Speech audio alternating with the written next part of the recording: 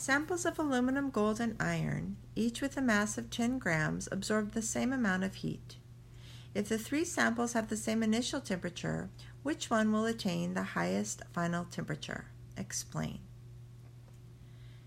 How we would solve this problem is by investigating the specific heats of the three metals. So specific heat tells us how much energy it takes to raise 1 gram of the substance by 1 degree. So what we would know is that the higher specific heat would require more energy to change the temperature of 1 gram.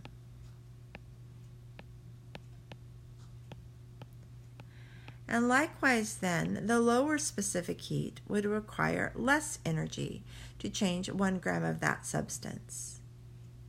So looking at the three specific heats, which are constants and found on tables, these are not numbers we have to memorize.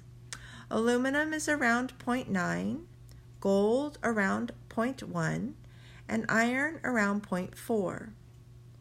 So the question is, which one would reach the highest final temperature? Well, I think the one that would absorb the most energy. And so the lowest specific heat would require less energy to change the temperature. And so I think gold would reach the highest temperature because it has the lowest specific heat.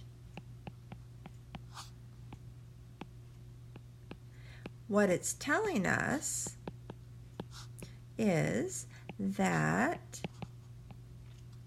it only requires 0.1 joules to raise the 1 gram of the substance by 1 degree.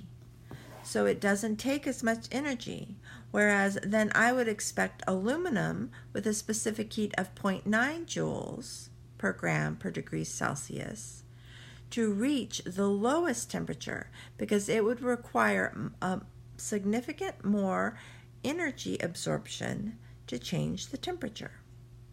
So just remember, higher specific heats require more energy to change the temperature, and lower specific heats require less energy to change the temperature.